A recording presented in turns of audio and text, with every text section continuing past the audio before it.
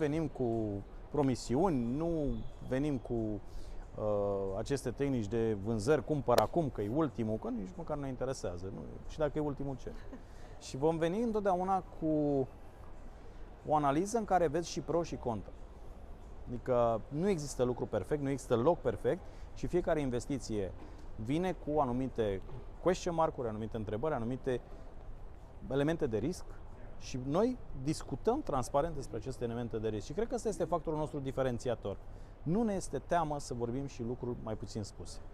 Din câte știu că la noi la companie, atunci când un investitor cumpără o proprietate, noi ne ocupăm și pe viitor de această persoană, să ajutăm să închirieze sau să revândă, de exemplu, ceea ce foarte mulți nu fac, adică doar vând și să fii sănătos. Cam iau mâna de pe ei, da.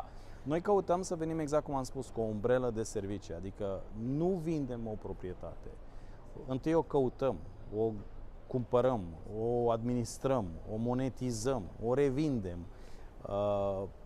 o înregistrăm poate pe persoană fizică sau pe companie, mai creăm o companie pentru asta, mai deschidem un cont bancar să încasăm chiriile sau să încasăm banii din revânzare și toată partea asta făcută într-un cadru perfect legal.